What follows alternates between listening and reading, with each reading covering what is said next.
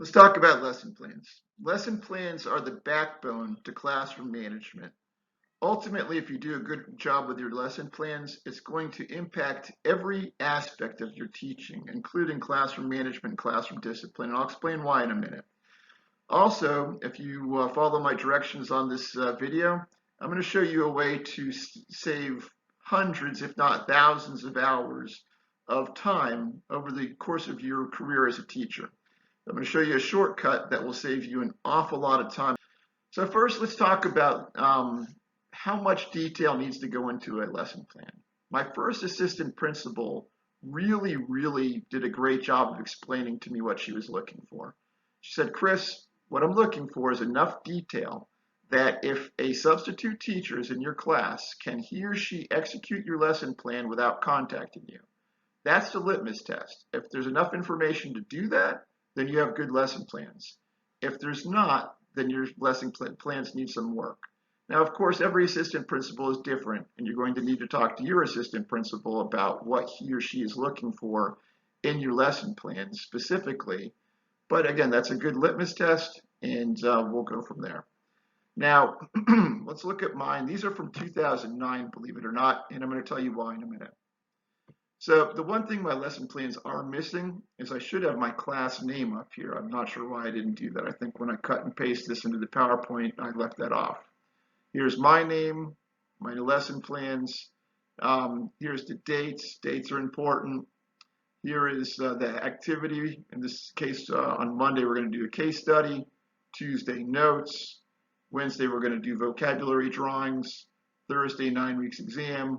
Friday, a movie. Over here is our goal and lesson. So I'm going to put our information, what case study we're doing in here, what I expect them to get out of the lesson, what my goals are. Same thing with our notes, same thing with our drawings. Now with the drawings, I put these on the board. And I want my students to be able to go to my lesson plans online if they're absent and know exactly what they're missing. So I detail every drawing in here that I want them to do. So if they're absent and they say, Mr. Cole, what do we do on Wednesday? And they will. I tell them, go online, look at my lesson plans, and you can see the 16 drawings you owe me. Here's your objectives. Remember, your objectives need to be measurable. If you look at these objectives, each one of them is measurable. Here's the standards. So I have the standards listed, and there may be some assistant principals who want you to write your standards out. You can put them up in here. Here's my reading strategies for the days that we're reading. Here's my specific ESOL strategies and ESE strategies. At this time, we were in FCAT, so here's my FCAT focus. And down here, this is a trick. Sometimes you're going to have students who get done ahead of the class time, so they're going to have 10 or 15 minutes free. This is the danger zone. This is when they're going to get themselves into trouble. So I have an extra activity down here. Usually talking about the days ahead where they can start working on that early. That gives them something to work on that's meaningful. So those are my lesson plans. This is what it looks like. And here's the thing that's going to save you time. I have them on an Excel spreadsheet. The reason I put them on an Excel spreadsheet is that I can cut and paste them every year. If I'm moving things around, even weekly, if I don't get to a certain thing or I go faster than I expect, I can cut and paste them for the next week. And I have all of my goals, all my objectives, the standards, and everything else so that it's already done for me. So after you put in that hard work from the first year, you'll have a nice skeleton that you can use to move things around and save yourself literally hundreds, if not thousands of hours over the course of your career with lessons.